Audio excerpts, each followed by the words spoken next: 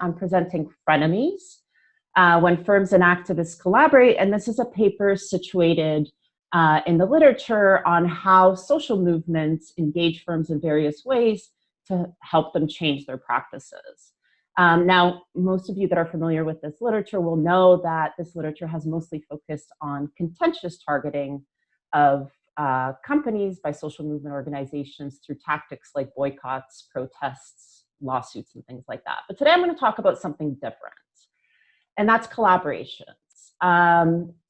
Basically, collaborations are often formal agreements, often multi-year agreements where a social movement organization and a company, sometimes multiple, collaborate to change the firm's practices throughout the course of that collaboration. Prominent examples you have there: World Wildlife Fund's partnership with Unilever, the Environmental Defense Fund's partnership with Starbucks, as well as McDonald's and things like that. Now, these collaborations have been growing exponentially over the last, the last decade or a little bit more.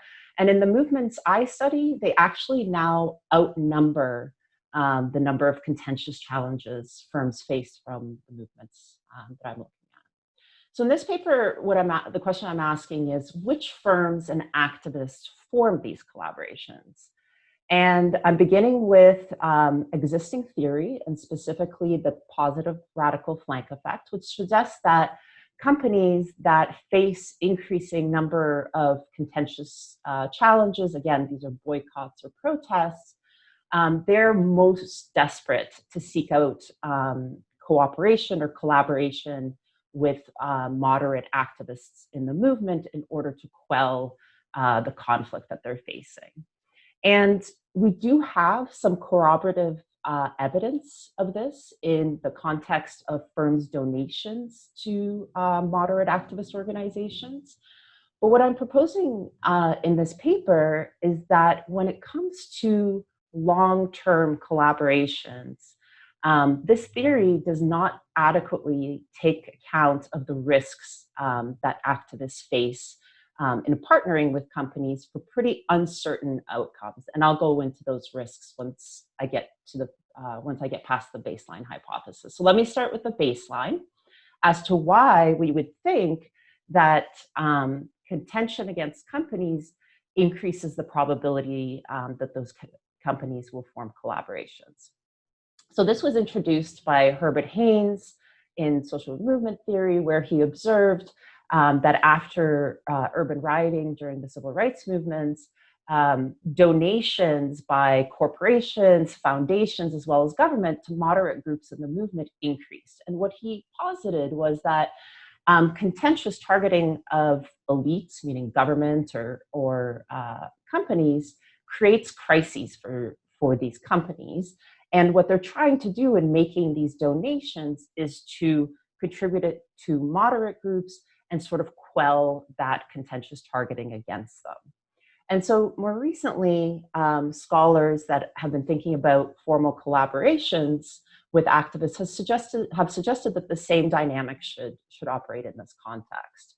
And essentially, the mechanism is the company is seeking to establish a tie or a collaboration with an activist that would increase its legitimacy, and it would assure external audiences, including other activists, that they are going to be a better company and change their practices in the future. Sorry about that. And what I wanted to show you is this quote from Mindy Luber, who's the president of a moderate activist organization, and she describes the dynamic that activist goes after a couple of companies, and then the next day she gets the call asking for collaboration in order to quell the contention against that company. Now, scholars have also argued that Mindy or other moderate organizations can actually benefit from this dynamic because their bargaining power is increased with firms that are facing these contentious challenges. And so they're able to get better sort of outcomes in those collaborations. And so given a set of activists on the left and firms on the right, what this positive radical flank effect predicts is that the probability that a firm collaborates with an activist increases in the number of contentious challenges the firm experiences from the broader movement.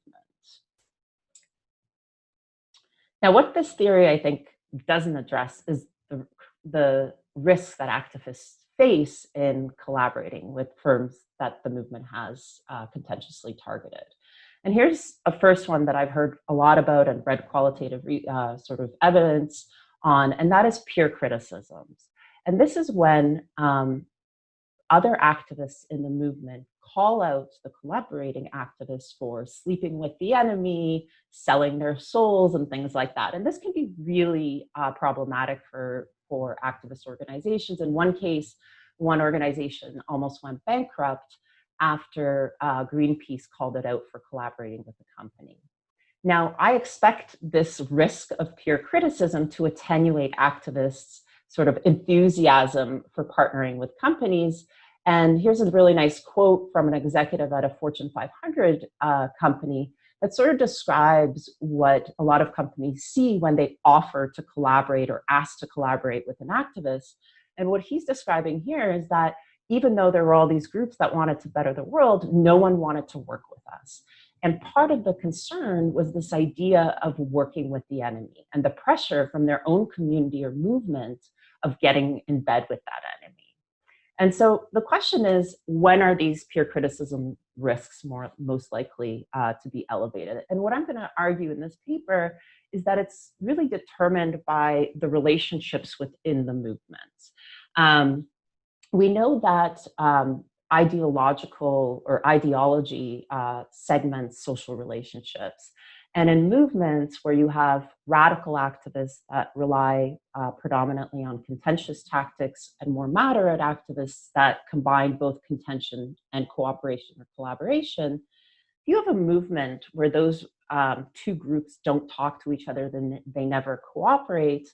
In those types of movements, radical activists are more likely to think about cooperating or collaborating with firms as violating really strongly held values or sort of ideologies. On the other hand, in movements where we do see moderate and radical activists cooperating with each other, and it doesn't have to be with respect to firms, just in general, it's less likely that the radicals in those types of movements have these really strongly held ideological values around firms. Moreover, there are these pre-existing cooperative ties between them that enable the different activist groups to sort of negotiate with each other around this idea of these collaborations. And so what this suggests is that the relationship between contention and collaboration in the first hypothesis should be weaker in movements where radical activists and moderate activists have few cooperative ties, because in these movements, the probability of this peer criticism is considerably higher. And in supplementary analysis, I actually do find that that is true. Now, the other type of risk that I suggest should attenuate the positive radical flank effect is partner-specific risk. And obviously, this is a risk that is really about the idea of collaborations in general. It doesn't necessarily have to be in the context of activist or firm collaborations, but activists are particularly sensitive to this, right? Because this basically, the idea that a company will just sort of use the collaboration to greenwash their reputation, but not actually follow through, is a major concern for activist organizations. Not least of which because they don't actually achieve their goals of actually changing the firm's practices. And so I argue that activists, in order to mitigate this risk in considering who to collaborate with, they're going to make ex-ante judgments on the firm's propensity to change during the course of a collaboration. And specifically, they're going to look at the firm's past sort of responses to activism. So over time, firms acquire reputations amongst activist organizations as being more receptive or resistant to activism. So resistant firms are the types of firms that if they get targeted or boycotted in some way, they either won't do anything to address it, or they're going to use impression management type of tactics and sort of evade the concerns of the movement. And these are precisely the types of firms that an activist would be really scared about collaborating with, because they're more likely to sort of use the collaboration as a greenwashing mechanism. On the other hand, activism have shown a past willingness to change in the face of activism. And so there's a higher probability that they're actually going to follow through on their commitments. And so the third hypothesis predicts that the relationship between contention and collaboration in the first is stronger for firms with a history of receptivity to activism. So I test these ideas in a hand-collected data set between 118 environmental movement organizations and Fortune 500 companies over 25 years. Each of the interactions you just saw sort of flashing before you on the screen is coded with the specific environmental issue that the interaction covered. So these can be things like recycling, climate change, toxic chemicals, there's many. And so each of these interactions, then I'm able to match to specific movements. So essentially, you see some of them here listed. And what I'm doing to test the second hypothesis is exploiting within movement over time, as well as across movements, sort of changes in the relationships between radicals and moderates. And there you can see how I've sort of collected that data. So the measures I'm using in the empirical estimation is the outcome of interest is a collaboration, it's a 0 or 1. I use the number of times the firm was contentiously targeted by the focal movement in the previous 2 years. Movement segmentation is what I use to measure the second hypothesis about the relationships between radicals and activists. And just to give you an intuitive sense of what that looks like, in the movement on the left, it's a highly segmented movement. And when you can see in the pictures, the radical activists are only speaking to each other or cooperating with each other in that movement. Whereas in the movement on the right, which is not segmented, you see a lot more cooperation between moderates and radicals. And then finally, I proxy firm receptivity to activism with firm responses to shareholder proxy proposals.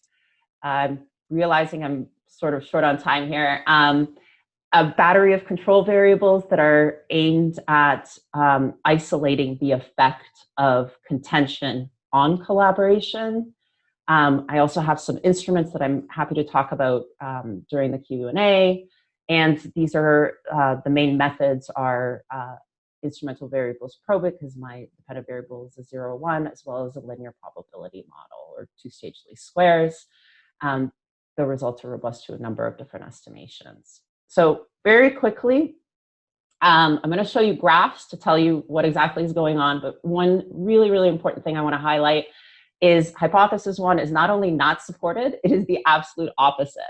So what I find when I don't, in the sort of main estimations testing hypothesis 1, is the number of contentious challenges a company faces actually reduces the probability that it gets a collaboration. Now, this is really important because it goes perfectly against the positive radical flank effect theory. Now, I want to point out that I've rerun this on a different outcome variable, things like donations and other arm's length sort of cooperation, arm's length cooperations that sort of offer immediate benefits to activists. And there, the radical flank effect does work. And so the point is that this isn't idiosyncratic to the movements I'm studying or the data that I've collected, okay? This is really about the fact that collaborations are substantively different than things like donations. And things change once I introduce the interaction effects, and let me show you what the graphs look like. So basically what I find is that in unsegmented movements, meaning movements where radical and moderate activists cooperate with each other a lot more, which is the solid line there on the graph, contentious challenges against the firm do indeed, or are indeed associated with a greater probability of that firm getting a collaboration with activists in that movement. But the minute that you look at movements where there's a lot of sort of separation between radicals and moderates, contentious challenges are not at all associated with collaboration, in fact, are negatively associated. And the same I find for receptivity. Firms that have been receptive to activism in the past do have a higher probability of getting a collaboration the more contentious challenges they have. Whereas firms at median levels of activism receptivity and below do not get a collaboration if they've been targeted in the past. Sorry, I just sort of flew through that. So very briefly, the point of this sort of paper and the findings, I think, is to highlight the idea that collaborations are substantively different than other forms of collaborations between firms and activists, and this sort of existing theory of contention driving collaboration needs to be problematized in these instances where activists and the movement itself faces a lot of risk in entering these collaborations. And so the paper sort of highlights how we need to think about the risks that activists face due to both the context in which they're operating, which is the movement itself, as well as the partner-specific risks that they face in entering these agreements. I'm going to end there in the interest of time.